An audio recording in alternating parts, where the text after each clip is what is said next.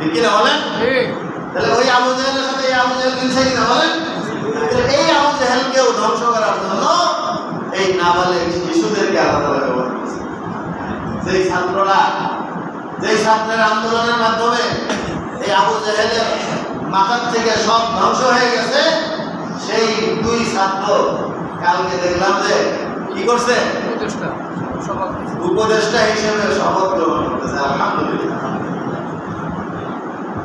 এখন কথা হলো, আমার নবী যেই দিন মক্কা বিজয় করেছিলেন, তিনি কি কারো মাথার উপরে বাড়ি মারছেন? তিনি কি কারো ঘরে আগুন লাগাইছেন? তিনি কি হই হই হই হই বলছেন? কি বলছেন? মক্কায় যখন আল্লাহ রাসূল প্রবেশ করেছেন 10,000 সাহাবায়ে কিরামকে নিয়ে, তখন তেনার মুখে কি ছিল? আমার সাথে সে বলেন, লা ইলাহা ইল্লাল্লাহ, আল্লাহু আকবার কাবীরা, আলহামদুলিল্লাহি হামদান কাসীরা, সুবহানাল্লাহি বুকরাতাও ওয়া আসীলা। বলেন না সবাই, লা ইলাহা ইল্লাল্লাহ, আল্লাহু আকবার কাবীরা, আলহামদুলিল্লাহি হামদান কাসীরা, সুবহানাল্লাহি বুকরাতাও ওয়া আসীলা। রাসূলকে, মুসলমানকে আল্লাহ তাআলা সেই কথাই বলার নির্দেশ দিয়েছেন। বলছেন, ইযা জাআ নাসরুল্লাহ, তোমরা তোমাদের নিজের ক্ষমতা বলে বিজয় লাভ করতে পারো নাই, ভালো মতো স্মরণটাই করো। পারছো? কই ছিল তোমাদের ক্ষমতা? 2 দিন পরেও তো ইসরায়েল গর্তের ভিতরে লুকিয়েছিল। আর আজকে ময়দান আল্লাহ তাআলা পরিষ্কার করে দিছে, তোমরা আমার গর্ত থেকে বের হইয়া তোমরা আরেক নৈরাজ্য শুরু করছো। সুতরাং এই বিজয় তোমাদের কৃতিত্ব নয়, এই বিজয় আল্লাহর কৃতিত্ব। কার কৃতিত্ব বলেন? এই জন্য মুখে কোনো হই হই রই রই হবে না, মুখে হবে আল্লাহর ধ্বনি, লা ইলাহা ইল্লাল্লাহ, আল্লাহু আকবার কাবীরা, আলহামদুলিল্লাহি হামদান কাসীরা, সুবহানাল্লাহি বুকরাতাও ওয়া আসীলা। পরিবেশ পরিস্থিতি কে তৈরি করে বলেন? আল্লাহ। এক সপ্তাহ আগেও তো আমরা বুঝি নাই যে এই পরিবেশ হবে। উনি যে মুখ দিয়ে বললেন, মুক্তিযোদ্ধার নাতিপুতিরা না রাজাকারের বাচ্চারা, এই শব্দটাই তো বিস্ফোরণ ঘটেছে নাকি? যদি এই শব্দ বাইরে না হইতো তাহলে আবু সাইদ মুখ পাইতে দিত না, মুগ্ধ শহীদ রাস্তায় নামে এসে শহীদ হইতো না। আর যদি এরা শহীদ না হতো, এই যে সহস্রাধিক আমাদের সন্তানরা শাহাদাত বরণ করতো, এরা যদি রাজপথে যে শাহাদাত বরণ না করতো, তাহলে সর্বস্তরের জনগণ মাঠে নামতো না, এক দফা আন্দোলন হতো না। সুতরাং মূলে কে? আল্লাহ। মূলে কে? আল্লাহ। পরিবেশ তিনি তৈরি করে দিয়েছেন, প্রেক্ষাপট আল্লাহ বানায় দিয়েছেন। এই জন্য আল্লাহ তাআলা বলতেছেন, ইযা জাআ নাসরুল্লাহ, বিজয়ের জন্য আল্লাহর সাহায্য লাগে। বিজয়ের জন্য কি লাগে বলেন? আল্লাহর সাহায্য ছাড়া পৃথিবীতে কোনোদিন কোনো বিজয় আসেনি। ইযা জাআ নাসরুল্লাহ, যখন আল্লাহর সাহায্য এসেছে, ওয়াল ফাত, আল্লাহর সাহায্যের পরে বিজয় এসেছে। বলেন, আল্লাহর সাহায্য। বিজয় কখন এসেছে? বলেন না, বিজয় কখন এসেছে? আল্লাহর সাহায্যের পরে বিজয় এসেছে। তখন তুমি দেখবে ওরা আইদান নাসা ইয়াদখুলুনা ফি দীনিল্লাহি আফওয়াজা, তখন তুমি দেখবে দলে দলে মানুষ শান্তির সামিয়ানার নিচে, ইসলামের সামিয়ানার নিচে, আল্লাহর দ্বীনের এই তাবুর নিচে দলে দলে মানুষ প্রবেশ করতেছে। ঠিক কিনা বলেন? আজকে সকালে খবর দেখলাম যে আমেরিকায় এক পরিবারের থেকে 6 জন না 7 জন ইসলাম ধর্ম গ্রহণ করেছে।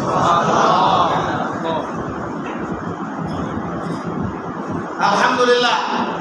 বর্তমান যেই কয়েকজন বাংলাদেশের তত্ত্বাবধায়ক সরকারের উপদেষ্টা হিসেবে শপথ গ্রহণ করেছেন, তাদের মধ্যে অন্যতম একজন আলেমে দ্বীন, তার নাম ডক্টর আহমদ খালিদ হোসেন, চট্টগ্রামের একজন ইসলামিক ব্যক্তিত্ব। আমি যখন চট্টগ্রামে ছিলাম 92 থেকে 2009 পর্যন্ত আমি চট্টগ্রামে ছিলাম 17 বছর। ওইখানে একটা মসজিদের আমি দায়িত্ব ছিলাম, সেই মসজিদের তত্ত্বাবধানে প্রতি বছর মাহফিল হতো। এই মাহফিলে আমি এই হযরতকে প্রতি বছর দেওয়া,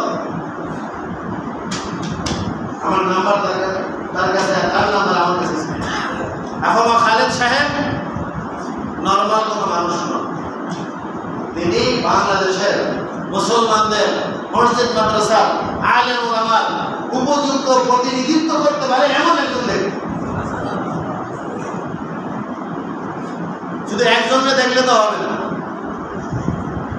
বাকিদেরকে দেখেন না। এরপরে উনিও ওনার অন্যান্য যোগ্যতার কারণে এখানে এসেছেন। দুই জায়গায় আমাদের আপত্তি। এক জায়গায় হলো উনি গ্রামীণ ব্যাংকের সুদের ব্যবসা করেছেন, এই কারণে আমাদের আপত্তি। দ্বিতীয় জায়গা হলো উনি কেন ইসরায়েলকে সাহায্য করতে গেলেন, এই দুই জায়গায় আমাদের আপত্তি। বাকি অন্য কোনো জায়গায় তো তার উপর আপত্তি নেই। উনি তো নিজের কোনো প্রাসাদ করেন নাই, উনি তো নিজের ভোট বিলাসিতা করেন নাই। সামান্য একটা বেতন নিয়ে উনি সারা জীবন চলেছেন। গ্রামীণ ব্যাংকের এই কোটি কোটি টাকার মালিক সম্পর্কে জিজ্ঞেস করলে উনি বলেন যে এই দেশের নারীরা হলো এই টাকার মালিক, আমি শুধু বেতনের মালিক। এতটুকু সততা দেখানোর কারণে বিশ্বের 3টা বড় বড় পুরস্কার তিনি পেয়েছেন। ওদিকে যাচ্ছি না, কথা হলো যারা শপথ গ্রহণ করেছেন তাদের প্রতি এই দেশের সর্বস্তরের মানুষের আলহামদুলিল্লাহ আস্থা আছে। যদি কেউ এর ভিতরে নেতিবাচক কথা বলে, বলতে হবে যে এরা ওই পলাতক বাহিনীর কি অনুসারী। হ্যাঁ, ভুল ত্রুটি মুক্ত পৃথিবীতে কোনো মানুষ আছে বলেন? ভুল ত্রুটি মুক্ত নবীরা ছিলেন মাসুম, অপরাধ মুক্ত, ত্রুটি মুক্ত নন। ভালো মতো বুঝেন, নবীরা ছিলেন কি মাসুম, অপরাধ মুক্ত, পাপ মুক্ত, কিন্তু ত্রুটি মুক্ত নন। এই জন্য নবীদেরকে আল্লাহ তাআলা ইস্তেগফার করতে বলছেন যে তোমাদের এই সামান্য ত্রুটির কারণেও তোমরা কি করো, ইস্তেগফার করো। এই জন্য কিয়ামতের ময়দানে একমাত্র রাসূলুল্লাহ সাল্লাল্লাহু আলাইহি সাল্লাম ছাড়া আর কেউ সুপারিশের জন্য আল্লাহর সামনে দাঁড়াইতে সাহস পাবেন না। প্রত্যেকেই নিজের ত্রুটির কথা কি করবেন, স্মরণ করবেন। সুতরাং পৃথিবীতে কোনো ত্রুটিমুক্ত মানুষ নেই যাকে এনে আপনি দায়িত্ব দেবেন। এই ত্রুটিযুক্ত মানুষের ভিতরেই যাদের ভিতরে শ্রেষ্ঠত্ব আছে, যাদের ভিতরে বাছাই হওয়ার যোগ্যতা আছে, তাদেরকে দায়িত্ব দিতে হবে। সামনের এই কথাগুলো আমাদের খেয়াল রাখতে হবে।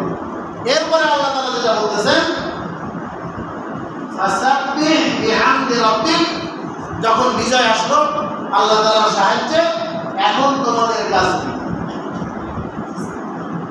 পরাজিতদের ঘরে আগুন দেওয়া? ঘরে বলেন না।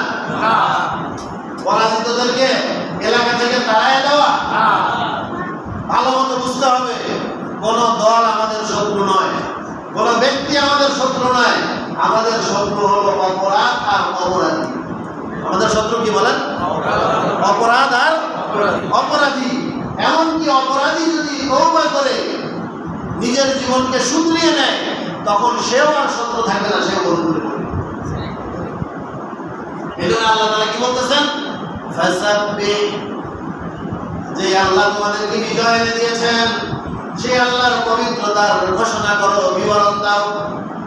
বিহামদি রাব্বিক, তোমার রবের প্রশংসা করো, তাহমিদ করো, আলহামদুলিল্লাহ বলতে থাকো। ওয়াস্তাগফির, এবং ইস্তেগফার করো, ক্ষমা প্রার্থনা করো। কি করো? ক্ষমা প্রার্থনা করো। এই ক্ষমা প্রার্থনার ভিতরে কথা আছে, যদিও সময় কম, আমি দুই কথায় শেষ করে দিচ্ছি। ক্ষমা প্রার্থনা দুটি পর্যায়ে হলো। একটি পর্যায়ে হলো আল্লাহর হক নষ্ট করেছেন, নামাজ পড়েন নাই, জিকির করেন নাই, নাম সদকা করেন নাই, যাকাত দেন নাই, হজ ফরজ হয়েছিল হজ করেন নাই, আল্লাহর হক নষ্ট করেছেন, আল্লাহর কাছে ক্ষমা চাইলেই আল্লাহ মাফ করে দিয়েছেন। আল্লাহ বলেন, ইয়া ইবাদি, ও আমার বান্দারা, ও আমার বান্দারা, ইন কানাত যুনুবুকা ইনানাস সামা, তোমার অপরাধ যদি, তোমার অন্যায় যদি, তোমার গুনাহ যদি আসমানের কিনার পর্যন্ত পৌঁছায় যায়, ফাস্তাগফিরতালি, আমার কাছে যদি তুমি ক্ষমা প্রার্থনা করো, অতুবতা ইলাইয়া, আর আমার কাছে যদি তওবা করো যে আল্লাহ যা হওয়ার হয়েছে আর হবে না, এতদিন নামাজ পড়িনি এখন থেকে পড়ব, এতদিন যাকাত দেইনি এখন থেকে দেব, এতদিন হজ করিনি এখন করব, এতদিন আমি আপনাকে স্মরণ করিনি এখন থেকে করব, আল্লাহর হক সংক্রান্ত যত অপরাধ আপনি করেছেন এগুলো থেকে যদি আপনি তওবা করেন, ইস্তিগফার করেন, আল্লাহ বলেছেন গফারতু লাকা ওয়ালা উবালি, আমি তোরে আমার মত করে ক্ষমা করে দেব, কারো পরোয়া করি না। সুবহানাল্লাহ। আর যদি অপরাধটা বান্দার হক সংক্রান্ত হয়, অমুকের ঘের দখল করছেন, বিঘাকে বিঘা জমি দখল করছেন, লুট করছেন, মিথ্যা মামলায় ফাঁসায়া তার কাছ থেকে টাকা আদায় করেছেন, এই 15 বছর থেকে হয় নাই, কি হয়েছে? কথা বলেন না কেন? হয়েছে? আমার তো মনে হয় এখানে প্রত্যেকেই এই জাতীয় কোনো না কোনো অন্যায়ের ভিকটিম হিসেবে আছে, আছে না নাই? আছে। আর যারা এই অন্যায় করেছে তারা এখন পর্দার আড়ালে, ঠিক কিনা বলেন? তোমাদের ইস্তেগফার কি?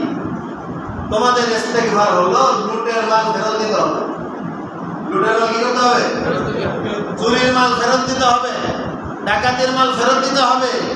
আর যা ফেরত দেওয়া সম্ভব নয়, একজনের কি করছিলা, ঘরে বসে পিটাইছিলা, হাত পাও ভাঙছিলা, দেশান্তর করছিলা, এই সমস্ত যেগুলো অন্যায় তুমি করছিলা